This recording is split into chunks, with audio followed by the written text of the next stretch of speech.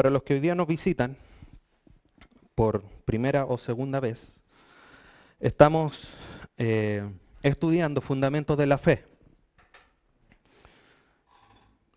Esto se tomó como una decisión de iglesia. La iglesia en Laja, Monte Águila, en Linares, en Concepción también están estudiando. Ellos lo están haciendo como estudios bíblicos. Nosotros tomamos la decisión de hacerlo el día domingo como predicación, porque el día jueves es un poco más complicado por los trabajos, por los tiempos de desplazamiento, de que todos estén. Y el principio de que en todas las iglesias se esté enseñando fundamentos de la fe es para que todos tengamos el mismo fundamento, para que después podamos sobreedificar. Así que hoy día estudiar la tercera lección. Estos estudios de fundamentos de la fe están basados en el libro de discipulado que se llama Fundamentos de la Fe de John MacArthur. Entonces hoy día nos toca partir con la tercera lección.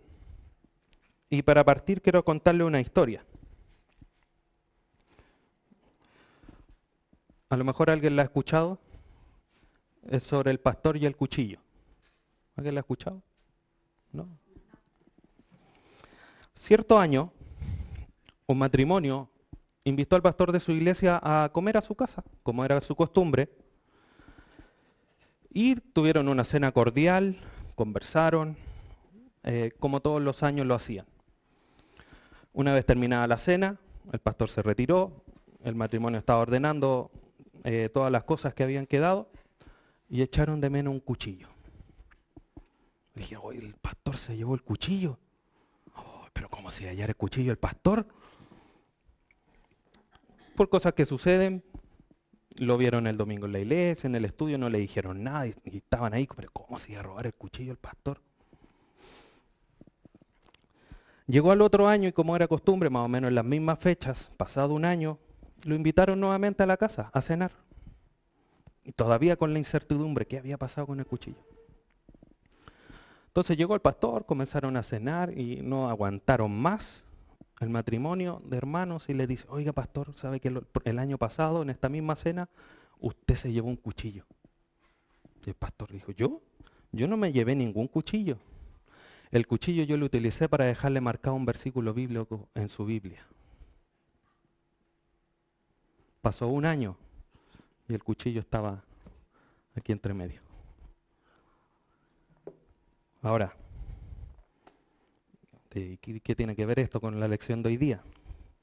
Tristemente, esta realidad de que muchos no hablan su Biblia en un año y quizás mucho más pasa en muchos lugares. No estoy diciendo qué es lo que suceda en este lugar, ni qué es lo que usted haga. Pero es una realidad. Muchas veces abrimos la Biblia cuando estamos acá y en nuestra casa ocupa solo un espacio y está ahí, o arriba del escritorio, arriba del velador, donde sea, pero solamente está ahí y la abrimos cuando viene acá. Y si no la abrimos acá porque se nos olvidó, pasa otra semana y no la abrimos. Y como comentábamos recién, es por medio de la palabra que nosotros conocemos a Dios. Hemos estudiado en Romanos capítulo 1. Dios se reveló por medio de la creación. Vemos su poder y su eterna gloria por medio de la creación. En la conciencia del hombre, Dios también se revela escribiendo su ley en los corazones de los hombres como conciencia de qué es lo bueno y qué es lo malo. Pero nosotros como hijos de Dios tenemos su revelación especial, lo que Él dejó escrito, desde Génesis hasta Apocalipsis, para conocerlo, para que aprendamos de Él. Y esa tiene que ser nuestra máxima búsqueda. Si uno lo generaliza, la máxima búsqueda del hombre no es buscar el tesoro perdido en la isla de Robinson Crusoe o el tesoro de no sé dónde. No, la mayor búsqueda en la vida de él es encontrar a Dios. ¿Cuántos buscan algo más allá? A través de actividades, a través de distintas cosas, llenar un vacío, saber que algo hay más allá, que lo buscan. Y es la máxima búsqueda del hombre. Otros se han envanecido, por supuesto. Pero nosotros como hijos de Dios debemos comprender que a través de la Biblia es por donde nosotros tenemos el conocimiento más profundo de Dios. No es por otra cosa. No es por cosas místicas, no es por escucharlo, no es por verlo, ni soñar. No, es por medio de su palabra. Y este es el propósito de Dios para nosotros. El pueblo de Israel, Dios le mostró grandes maravillas, grandes prodigios, grandes milagros. Le dijo, ustedes tienen que hacer los sacrificios de esta manera, tal día, con tal persona, con los sacerdotes. Y el pueblo de Israel no entendió el propósito que Dios tenía. Hasta que en Oseas el profeta le dice, ya no quiero más holocausto, no quiero nada, yo quiero misericordia y quiero conocimiento, que ustedes me conozcan. ¿Qué es lo que pasaba? El pueblo de Israel estaba llegando con todos sus animalitos, con todos sus sacrificios, pero solamente por cumplir. No estaba entregándoselo de corazón. Por eso el Señor le dice, ya no quiero más sacrificios, ya no quiero nada más de ustedes, yo quiero que ustedes hagan misericordia, quiero que tengan conocimiento de mí. Y hoy día nosotros caemos en muchos lugares, en muchas iglesias, en lo mismo. La religiosidad de llegar a la iglesia, la religiosidad de los distintos servicios, pero llegamos no con un corazón dispuesto, no con un corazón alegre.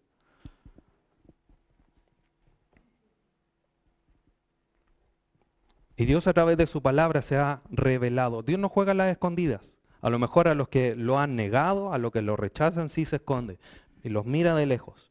Pero aquellos que le buscan, Dios está ahí para que le conozcamos. Vayamos a Jeremías capítulo 29. Hay algo interesante con respecto a esto.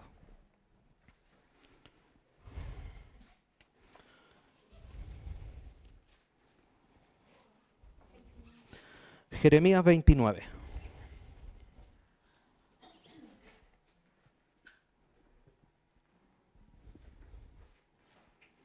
Versículo 13. Un versículo que es relativamente conocido. Dice, y me buscaréis y me hallaréis, porque me buscaréis de todo vuestro corazón. Diciéndolo de otra manera, los que buscan a Dios de todo el corazón, lo van a encontrar.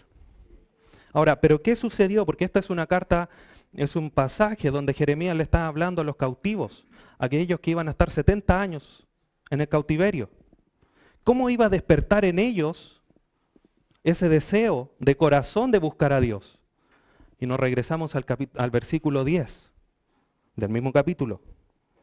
Dice, porque así dijo Jehová, cuando en Babilonia se cumplan los 70 años, yo os visitaré y despertaré sobre vosotros mi buena palabra para haceros volver a este lugar. ¿Qué es lo que tenían ellos en sus corazones? Su palabra. Despertaré en vosotros mi buena palabra. Seguimos leyendo. 11. Porque yo sé los pensamientos que tengo acerca de vosotros, dice Jehová, pensamientos de paz, para daros el fin que esperáis.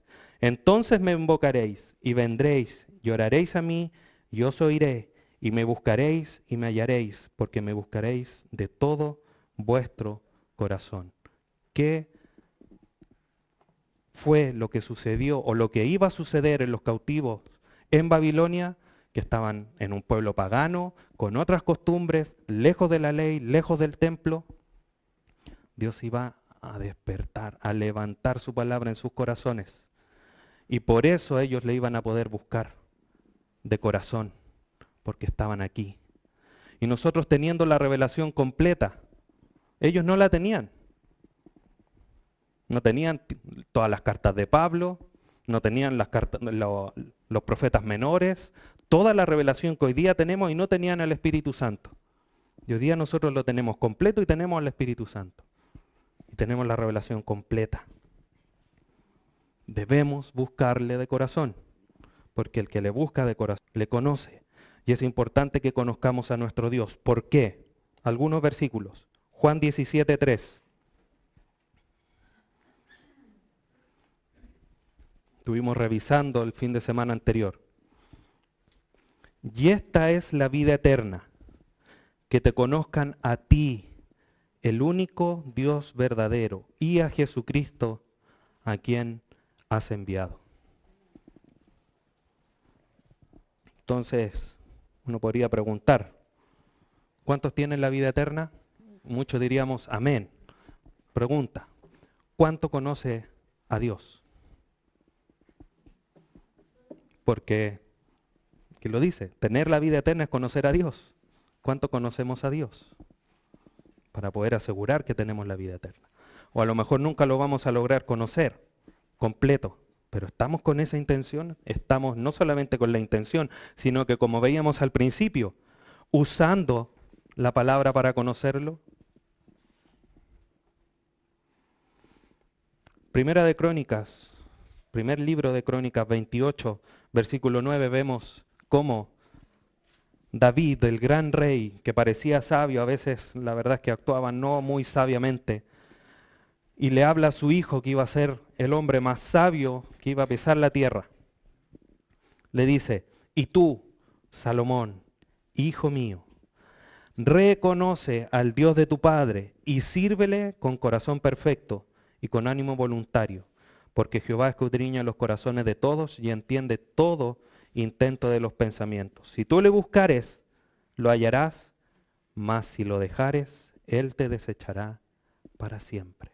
Reconoce, búscalo, aprende de él. Y eso, búscalo de corazón porque lo vas a encontrar.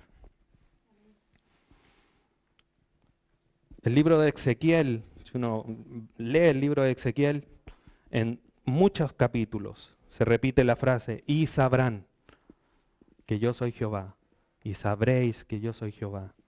El propósito del libro se hace claro, que las profecías de Ezequiel son para que sepa el pueblo quién es Jehová. Saber es un sinónimo de conocer. Ahora, para los que no conocen a Dios, ¿qué va a suceder? Segundo libro de segunda carta es de Tesalonicenses, capítulo 1.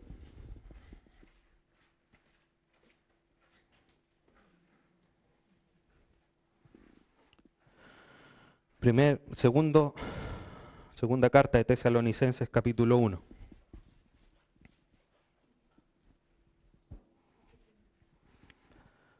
En llama de fuego para dar retribución a los que no conocieron a Dios ni obedecen al Evangelio de nuestro Señor Jesucristo. ¿Conocemos a Dios? 1:8. Segunda Tesalonicenses 1:8. Dios va a venir en llama de fuego. El fuego es un símbolo de juicio. Y así va a venir Dios, con fuego, para aquellos que no le conocieron. Por lo tanto, para nosotros es para el hombre en general es esencial de Dios, de que Él existe y de quién es. Pero obviamente para quienes estamos en la iglesia es aún más esencial. Y uno podría decir, pero es obvio, estamos en la iglesia, estamos conociendo a Dios. Lamentablemente eso no da seguridad de que nosotros le estemos conociendo íntimamente a Dios. Una de las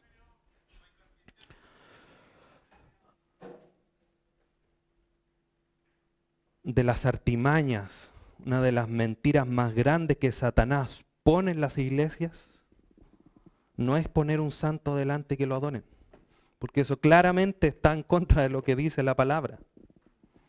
La mentira más grande de Satanás es que los que están en la iglesia crean que son salvos y no lo son. Porque tú le dices, te vas al cielo, sí, amén, ven el Señor y el primero que vaya a estar allá. Y cuando venga el Señor, estaban ahí, en la línea, 1 milímetro, medio milímetro de ser hijos de Dios, verdaderos. Y eso lo hace una distinción del conocimiento que nosotros tengamos de Dios. ¿Lo conozco o conozco sobre Dios?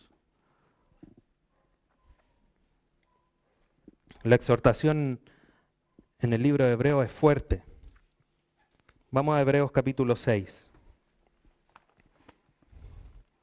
Si hay un libro que yo creo que en algún momento vamos a estudiar profundamente, es el libro de Hebreos. difícil de comprender, pero maravilloso. Hebreos capítulo 6.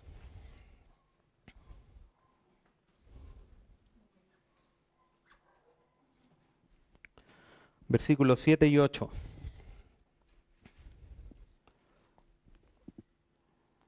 Porque la tierra que bebe la lluvia que muchas veces cae sobre ella y produce hierba provechosa a aquellos por los cuales es labrada, recibe bendición de Dios. Pero la que produce espinos y abrojos es reprobada, está próxima a ser maldecida y su fin es ser quemada. Si leemos unos pasajes anteriores, la exhortación aquí es fuerte en contra de la apostasía. Porque todos reciben la misma lluvia, la palabra de Dios. Todos aquí están recibiendo exactamente lo mismo. Aquí no están recibiendo más en este lado que... No, todo es lo mismo. Pero, ¿qué fruto vamos a dar? ¿Buena hierba o espinos y abrojos? Y eso es una cosa personal de cada uno. Y no debemos engañarnos, porque muchas veces pensamos, no, yo estoy, mira, la media hierba, tengo así la hierba. Y estamos a puros espinos. Versículo 4 del mismo capítulo.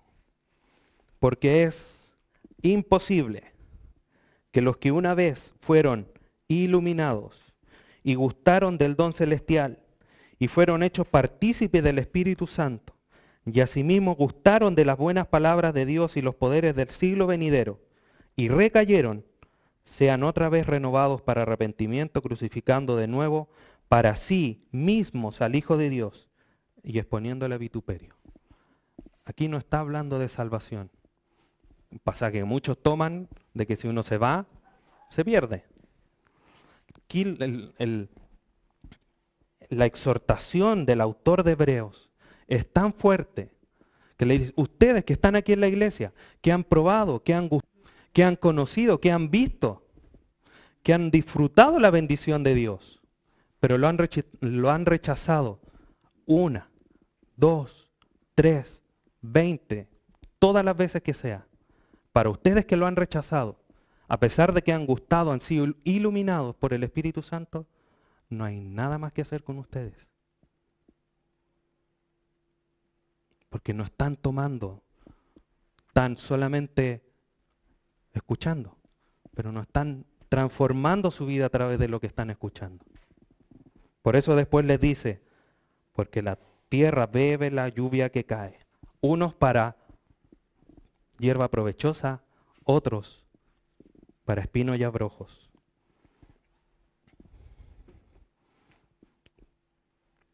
Por lo tanto, para nosotros es sumamente importante que perseveremos en el amor y en la verdad. Es la única manera de que nosotros sepamos si somos hijos de Dios. De Juan 3:10.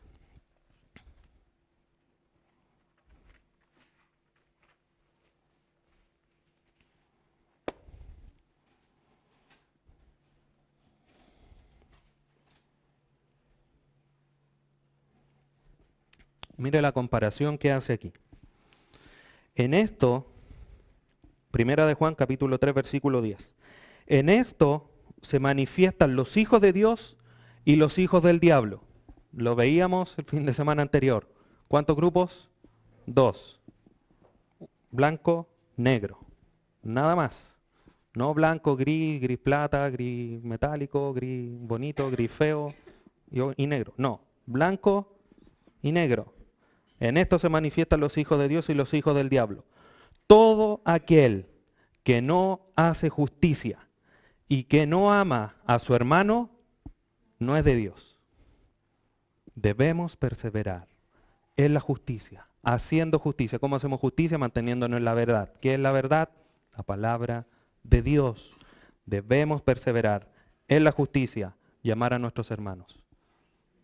Van las dos juntas, tomadas de la mano. No puedo separarlas. Yo no puedo decir, yo hago justicia y si aborrezco a mi hermano, mentira. No es de Dios. Tengo que mantenerme en la verdad y hacer justicia como por una parte y amar a mis hermanos. Si yo permanezco en eso, soy de Dios. Ahora, para poder permanecer y para poder amar, tengo que conocer a Dios. Es en el conocimiento de Dios en que hemos dado este ejemplo muchas veces, pero permiso Germán, si yo invito a Germán a mi casa y le preparo una paella marina así, la tremenda paella marina, ya a Germán le hacen mal los mariscos. Una de dos, y come y se muere, porque para no decir que no, o me dicen, no, yo no como eso. ¿Y cómo me voy a sentir yo? Muchas veces estamos así nosotros con Dios. No, Señor, mira lo que te preparé, hice esto, y el Señor dice, eso no era lo que yo quería, porque lo que yo quiero está aquí. Una cosa es conocer sobre Dios, y otra cosa es conocer a Dios. Yo puedo conocer sobre ustedes, que vienen, que están acá, que los conozco 2, 3, 4 veces, sus nombres algunos, otros todavía no me los aprendo, pero no sé sobre ustedes, porque no hemos tomado el tiempo, o no nos ha dado el tiempo de poder llegar un poco más allá. Entonces, en el momento de lo que digo, sí, yo lo conozco, con suerte el nombre, dónde nació, cuándo nació, qué es lo que hace, qué es lo que estudia, cómo es su día. Con Dios es lo mismo. Entonces, el propósito de esta lección es que nosotros tengamos un repaso general por la infinita majestad y gloria de Dios. Estudiar a Dios obviamente nos toma todo lo que hacemos, cada cosa que hacemos en términos de enseñanza bíblica es conocer a Dios. Pero en esta lección vamos a bien general. Primera de Crónicas 29 dice, tuya es, oh Jehová, la magnificencia y el poder, la gloria, la victoria y el honor, porque todas las cosas que están en los cielos y en la tierra son tuyas. Tuyo, oh Jehová, es el reino. Ya esa majestad, esa gloria, ese poder debemos conocer. En el mundo hay muchas religiones, muchos dioses y muchas opiniones acerca de Dios. Y yo creo que esa nosotros sabemos mucho. Muchas veces me he topado con personas, no, Dios, en el Dios que yo creo es un Dios de amor que no va a condenar a nadie. Bueno, muy bien, permítame decirle que el Dios que usted cree no es el Dios de la Biblia. Y muchos dicen eso. ¿Usted sabía que la Biblia no trata de probar que Dios existe? No dice, no trata de probarlo. La Biblia lo da por sentado. Es su palabra. Mire, Génesis 1:1.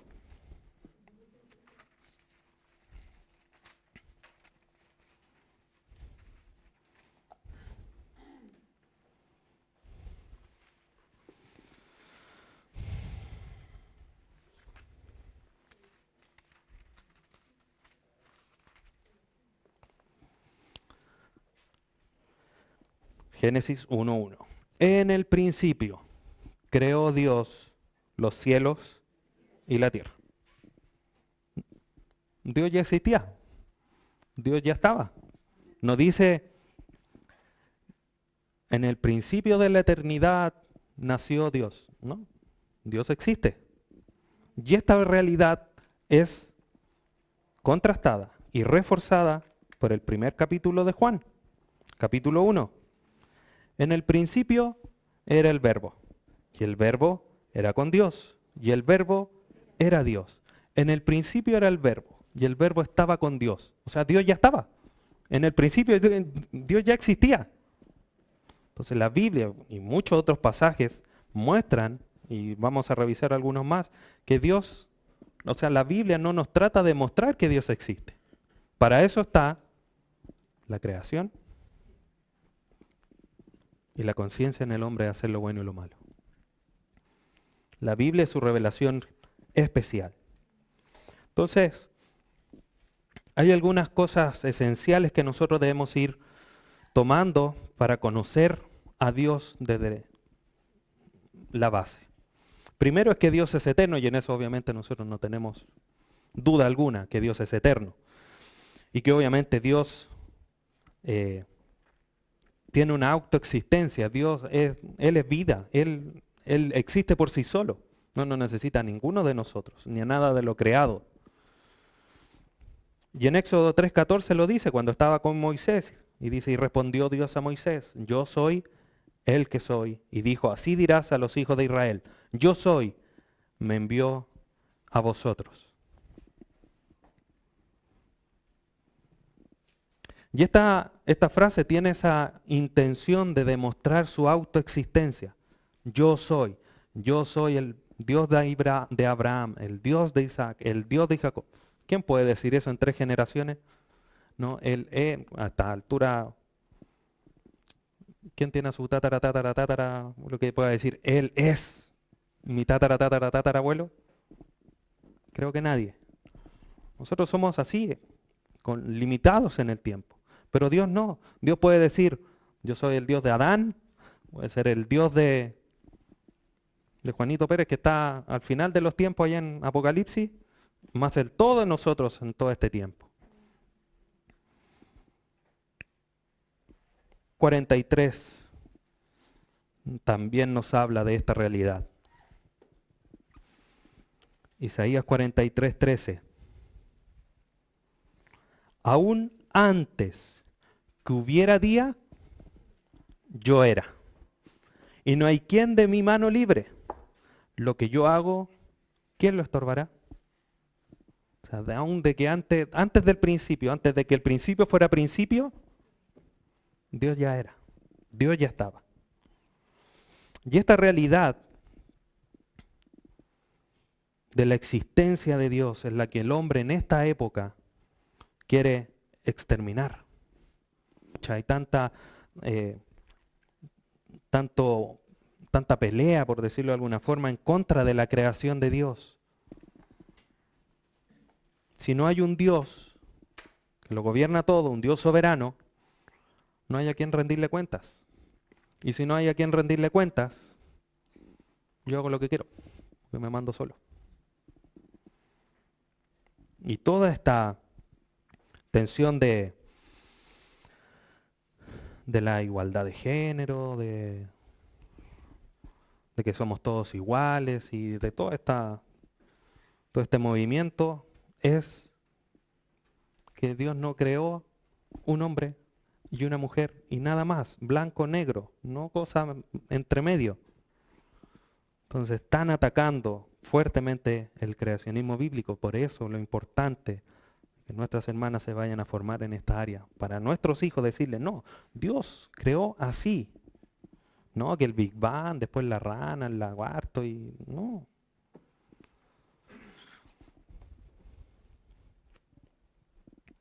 Entonces, nosotros en esta época tenemos que defender la autoexistencia de Dios y su poder desde la eternidad. Y Dios no solamente a través de su revelación especial a nosotros nos muestra que Él existió desde un principio, desde la eternidad, sino que también nos dice que hay uno solo. Muchos dicen que hay varios, que todos somos dioses, dicen otros. Hay otros falsos maestros que andan diciendo que nosotros somos dioses junior. Pero no nos equivoquemos. Nosotros no somos dioses y el único que es Dios es Dios. Está ahí en Isaías, busca Isaías 43:10.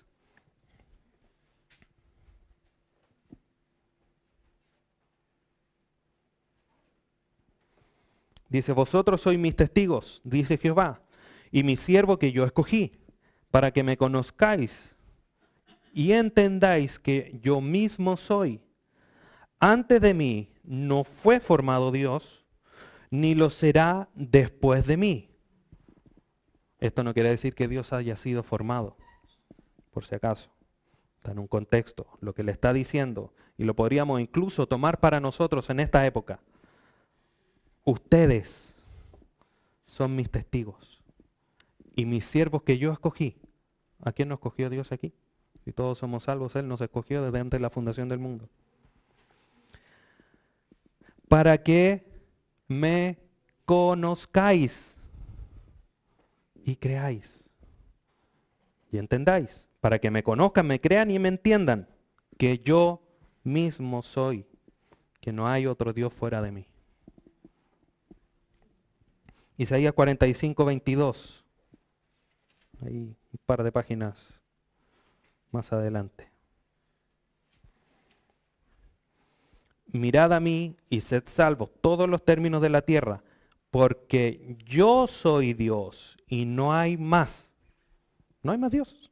Dios es Dios. Y ahí se termina. Si empezáramos a hacer la lista de cuántos dioses hay, uno, Dios. Se cierra la lista. No hay más. Pero es importante notar que Dios, además de decir que Él es único, que no hay más, Él se refiere a sí mismo en forma plural. A pesar de que leímos pasajes que decía, yo soy el único, no hay más. Génesis 1:26 dice, hagamos al hombre a nuestra imagen, nuestra semejanza. Cuando estaban en la torre de Babel y estaba el hombre edificando la torre, Dios miró y dijo, el hombre se está haciendo como nosotros. Dios habla en sí en forma plural. Esto nos habla y nos muestra y nos revela una verdad que está implícita en la palabra de Dios, que es la Trinidad. Y si me preguntara en esta mañana un pasaje que muestre la Trinidad de Dios, quizás se nos vendría a la mente el bautismo de Jesucristo, el Espíritu Santo descendiendo en forma de paloma, Dios hablando y Jesucristo en el bautismo. Pero hay otro pasaje aún más interesante. Si no ha salido de Isaías, vaya a Isaías 48, porque muchos también dicen que la Trinidad solamente se muestra en el Nuevo Testamento. Y eso no es así. Isaías 48, 16. Mire lo que dice. Acercaos a mí, este es Dios hablando por medio del profeta. Oíd esto. Desde el principio no hablé en secreto. Desde que eso se hizo, allí estaba yo, una persona. Y ahora me envió Jehová el Señor, otra persona. Y su espíritu, tercera persona. Aquí está hablando Dios. Dice, yo estaba, me envió Dios y su espíritu, la Trinidad.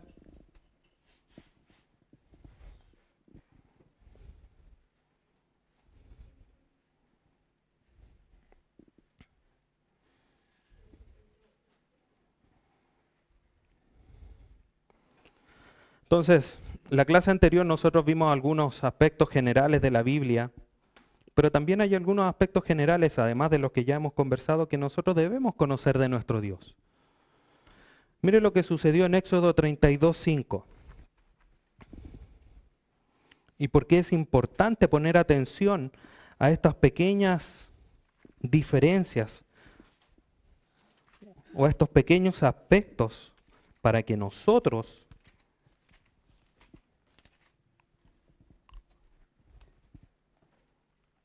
no caigamos en lo que le pasó a Aarón. ¿Quién era Aarón? Hermano Moisés, sacerdote del pueblo. Capítulo 32, Moisés estaba en el monte recibiendo la ley y Aarón se quedó abajo con el pueblo a los pies del monte. Moisés se demoró un poquitito.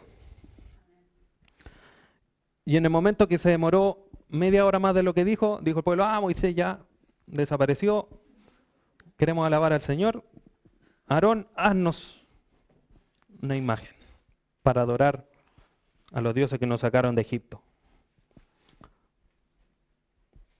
Y muchas veces nosotros pensamos, y lo hemos comentado en los estudios, sobre todo cuando pasamos por Éxodo, en el estudio Panorama los días jueves, están todos invitados a Panorama Bíblico, día jueves, 7:30 de la tarde.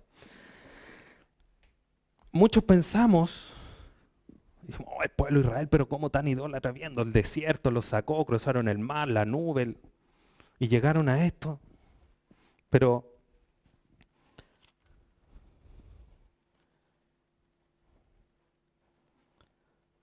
construyeron el becerro y mire lo que dice Aarón, sacerdote del pueblo. Y viendo esto Aarón, edificó un altar delante del becerro y pregonó a Aarón y dijo, mañana será fiesta para Jehová. Un becerro. Y él juraba que iba a ser fiesta a Jehová. Un desconocimiento total. Uno podría decir, no, pero no tenía la revelación completa. Sí, es verdad, pero hoy día nosotros la tenemos. ¿Y cuántas veces nosotros tenemos un Dios que no es el Dios que palabra? Decir, no, mi Dios no castiga, y se dicen cristianos creyentes en Dios, mi Dios no castiga, es porque no ha puesto atención a lo que Él ha dicho. Dice, no, vamos a hacerle una fiesta al Señor, y tienen ahí un pedazo de ídolo. Y en esta época los ídolos no se levantan en madera, en oro, en piedras preciosas, se levantan en nuestros corazones, en formas muy sutiles, muy sutiles. Tarjetas de crédito, trabajos, esposos, hijos, computadores, etcétera, etcétera. Y que uno dice, no, sí, no, yo no. Pero se nos puede quedar todo en la casa, la Biblia, pero el celular nunca.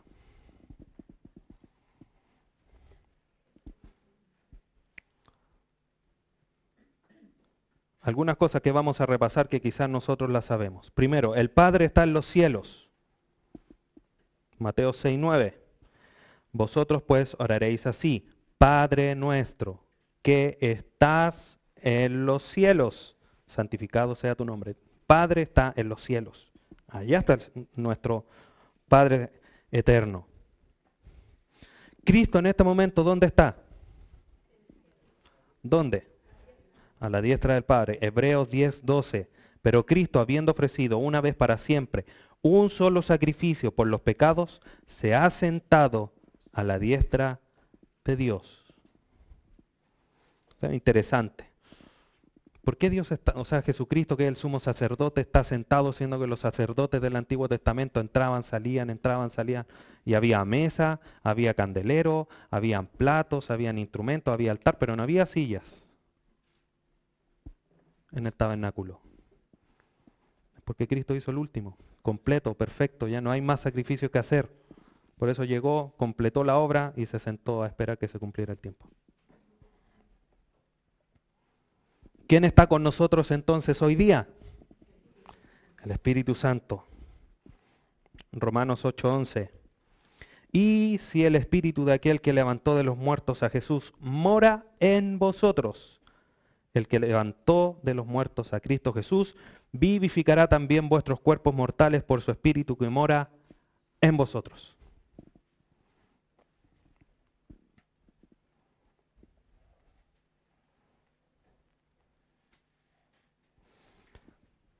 En Juan 14:17 hay una promesa maravillosa de cómo nosotros podemos entender que el Espíritu Santo en el Antiguo Testamento actuaba de una forma distinta al Nuevo Testamento, por supuesto, en nuestra época.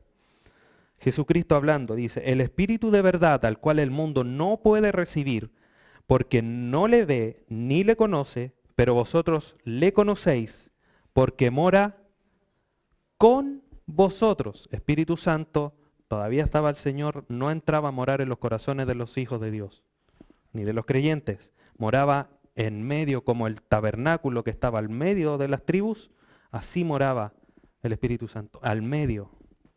Pero ¿qué es lo que le dice después? Y estará en vosotros. Una promesa futura. Usted va a estar en ustedes, no con ustedes, sino en ustedes.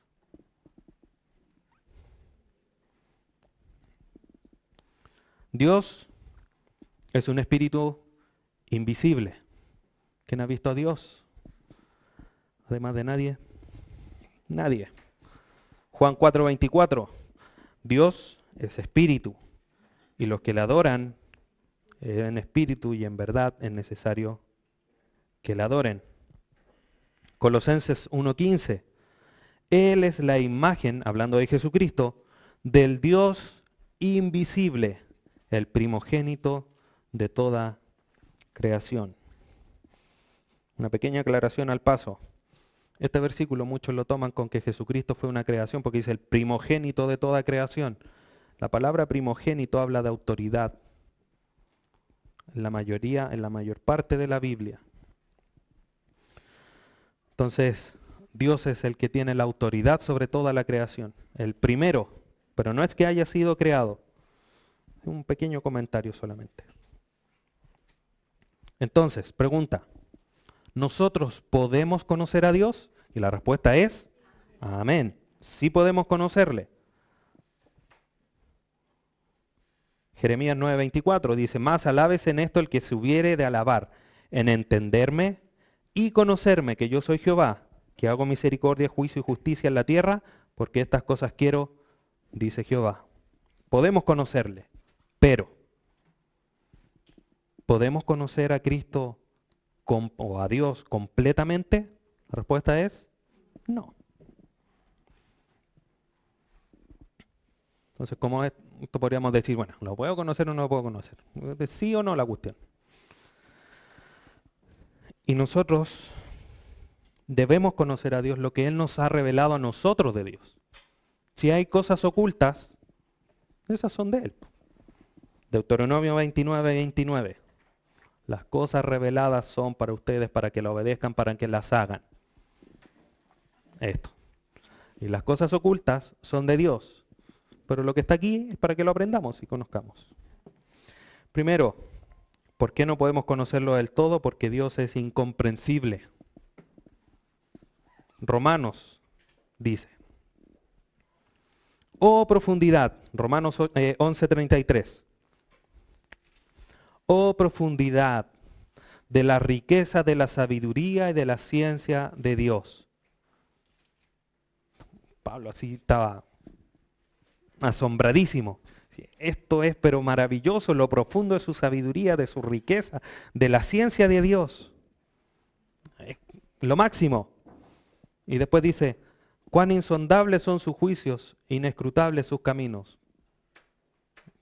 O sea, es maravilloso todo esto, pero no lo puedo medir, no lo puedo cuantibilizar, no puedo decir qué tamaño tiene.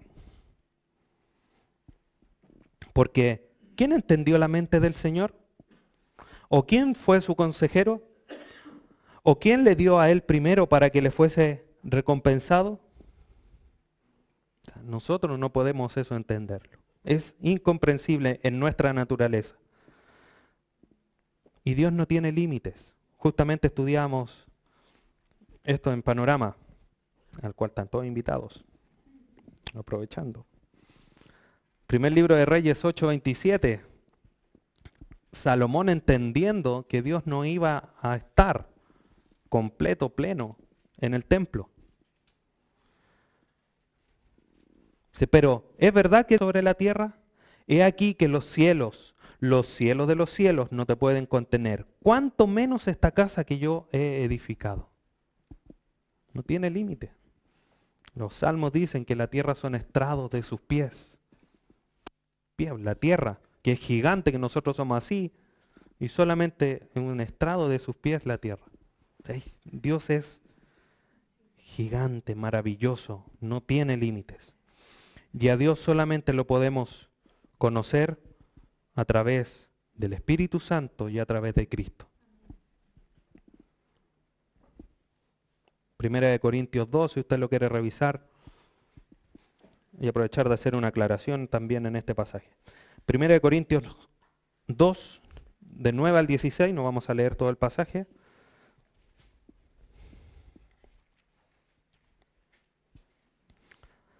Antes bien, como está escrito, cosas que ojo no vio ni oído yo, ni han subido preparado para los que le aman. Muchos toman este pasaje, este versículo, a decir, oh, es que lo que vamos a ver en el cielo es maravilloso, porque lo que Dios nos tiene preparado es, pero a todo dar. Pero mire lo que dice el versículo siguiente. Pero Dios nos la reveló a nosotros por el Espíritu, porque el Espíritu todo lo escudriña, aún lo profundo de Dios. Cosas que nosotros, que el hombre no ve, no ha visto, no ha entendido, no nada, lo que Dios nos ha revelado por medio de su palabra a nosotros. por medio del cual podemos conocer a nuestro Dios. Y Mateo 11:27 dice, todas las cosas me fueron entregadas por mi Padre, y nadie conoce al Hijo sino el Padre, ni el Padre conoce a alguno sino el Hijo. Y aquel a quien el Hijo lo quiera revelar. Nosotros conocemos a Dios por medio de su Hijo. Y Colosenses lo decía, Él es la imagen del Dios invisible. Queremos conocer a Dios, tenemos que conocer a Cristo. Cristo no se va a aparecer aquí, Cristo se aparece aquí.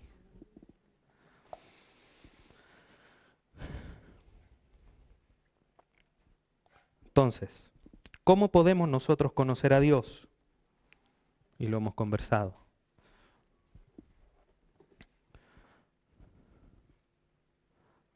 Buscándole de todo corazón. Y esa es la única manera de conocer a Dios, buscarle de todo corazón. Vamos a Proverbios 2.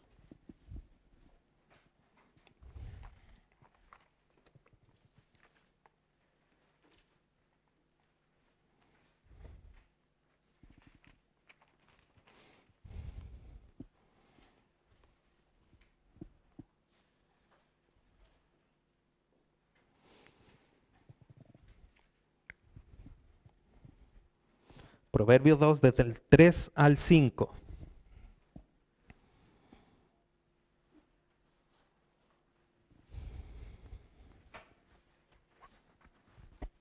Dice, si clamares a la inteligencia y a la prudencia dieres tu voz, si como a la plata la buscares y la escudriñares como a tesoros, entonces entenderás el temor de Jehová y hallarás el conocimiento de Dios. ¿Cómo debemos buscar a Dios? Como a plata, como a tesoros. Se nos pierden 10 lucas en la casa y nos volvemos locos desordenando el closet, los cajones, todo. Pero a Dios lo buscamos así, cada uno lo sabe. Pero es la manera de encontrar al Señor, de conocerlo, buscándole de corazón, de buscarlo como a plata, buscándolo como si procurásemos encontrar aquel tesoro escondido. Así lo encontraremos. Muchos ya van a llegar en donde el Señor. Van a decir, Señor, Señor, nosotros en tu nombre hicimos esto, hicimos esto otro. Y el Señor les va a decir, ¿quiénes son ustedes? No los conozco. Conocían sobre Dios, no conocían a Dios. Entonces nosotros debemos poner nuestra mirada y nuestros deseos en Dios. Caballo de carrera, Dios. Nada más.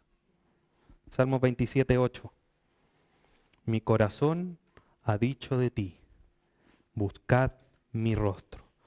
Tu rostro buscaré, oh Jehová. Así debemos buscar a Dios, para poder conocerle prácticamente en nuestras vidas.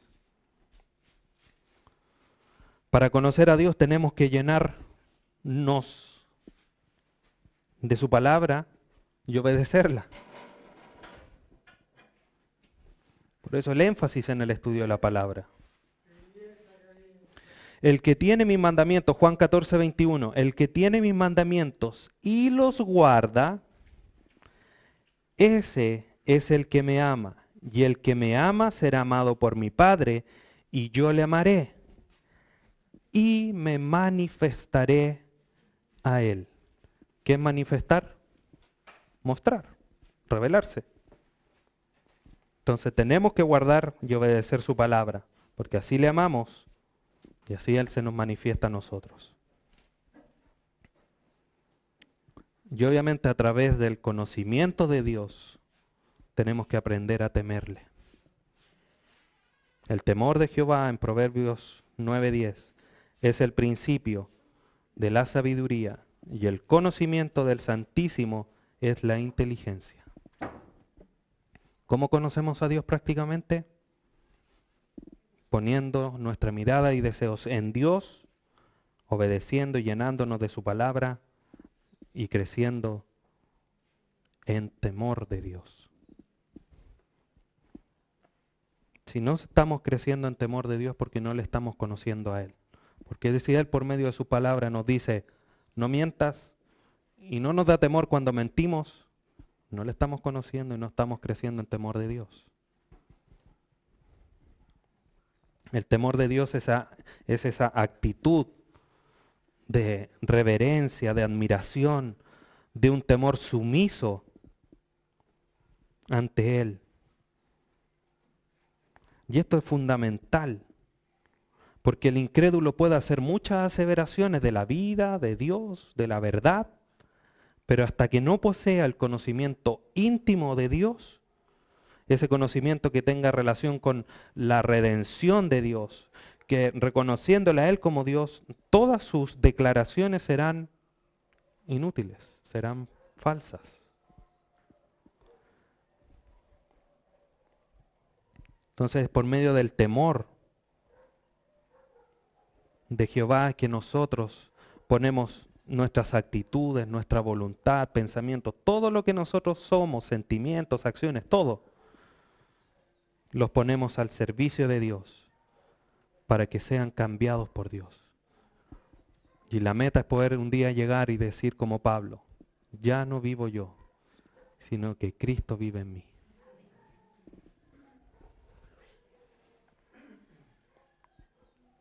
Mire lo que dice John MacArthur.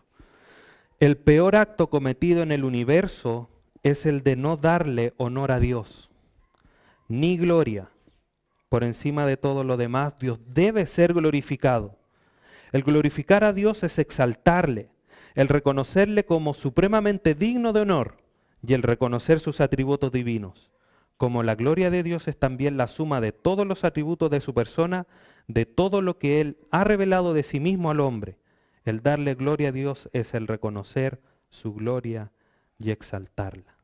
Por eso que para conocer a Dios, necesariamente, además de lo que ya hemos conversado, debemos conocer los atributos que por su palabra ha Él dado a conocer de Él. ¿Qué son los atributos? Los atributos de Dios son todo lo que es verdadero de Dios y acerca de Dios. Todo lo que su palabra dice de Él. Y Dios se revela o se define de esta manera en su palabra. Dios es amor, Dios es omnipotente, omnisciente, es eterno, es santo. Todos nos ayudan a comprender una realidad más allá de Dios. Nosotros podemos decir, no, yo soy humano. Ah, el tiro ya tiene 2 piernas, 2 manos, 5 dedos en cada mano. No empezamos a decir, no, yo soy, me peino, y como que basta con decir que somos iguales y nos conocemos. Pero Dios no puede decir, yo soy esto, porque es el espíritu. Y nosotros, el espíritu, no podemos dibujarlo. Si pusiéramos una pizarra, ¿quién dibuja un espíritu? Vamos a dibujar una nube. ¿Qué vamos a dibujar? Entonces Dios se revela en términos de sus atributos en la Biblia para poder conocerlo en amor, en santidad, etcétera, etcétera. Ahora, ¿cuántos son los atributos que Dios tiene? Muchos, muchos, son infinitos, pero nosotros obviamente vamos a estudiar los que Él ha revelado en su palabra, porque esos son los que a nosotros nos es necesario conocer para nuestra vida. Entonces, un breve comentario antes de terminar, porque ya el próximo domingo, con la ayuda de Dios, vamos a comenzar a estudiar los atributos. Pero existen 2 tipos de atributos de Dios, en términos generales. Y ambos grupos demuestran o son parte de la esencia misma de Dios. Pero hay un grupo que son solamente de Dios y que no se transfieren. Son exclusivos de Él. Su eternidad, su soberanía y los 3 que son los más clásicos que nosotros no sabemos. Omnipotencia, omnipresencia y omnisciencia. Que Dios todo lo sabe, Dios está en todos lados, Dios es todo poder. Pero hay este otro grupo, como les decía, que también forma parte de la esencia misma de Dios, pero que a nosotros se nos traspasan, obviamente no en forma perfecta como Dios lo tiene, pero sí una parte, y que nosotros lo obtenemos en el momento en que nacemos de nuevo. Y algunos ejemplos son santidad, amor, justicia. Y eso nosotros los tenemos en cierto grado, no como Dios, pero que nos hacen aceptos delante de Él, porque tenemos su misma naturaleza. No somos nacidos de carne, somos nacidos del Espíritu.